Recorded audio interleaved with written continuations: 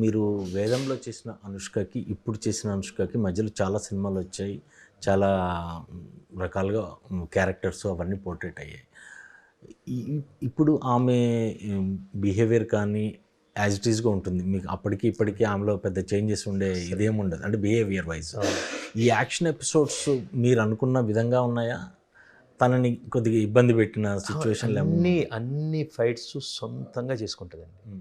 మీకు ఆమె కోసం మీరు ఇంకొకరు తీసుకొద్దామని కూడా హైట్ ఎవరు దొరక యాటిట్యూడ్, తన స్టాన్స్, తను నించునే విధానం, ఆమె గ్రేస్.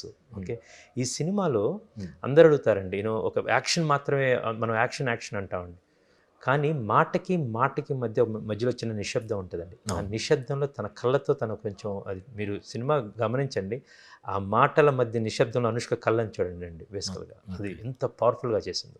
సో తను ఈ క్యారెక్టర్ని పూర్తిగా ఎంజాయ్ చేస్తూ ప్రతి యాక్షన్ ఎపిసోడ్ని, అండ్ తనకి ఏంటంటే అండి, బాహుబలి ఒకసారి రాజమౌళి గారి దగ్గర పనిచేస్తే యాక్చువల్గా యూ విల్ గెట్ ఆమెకి ఒక కర్ర పట్టుకున్నా, ఒక కత్తి పట్టుకున్నా ఆటోమేటిక్గా బాడీ లాంగ్వేజ్ అంతా వచ్చేస్తుందండి నాకు.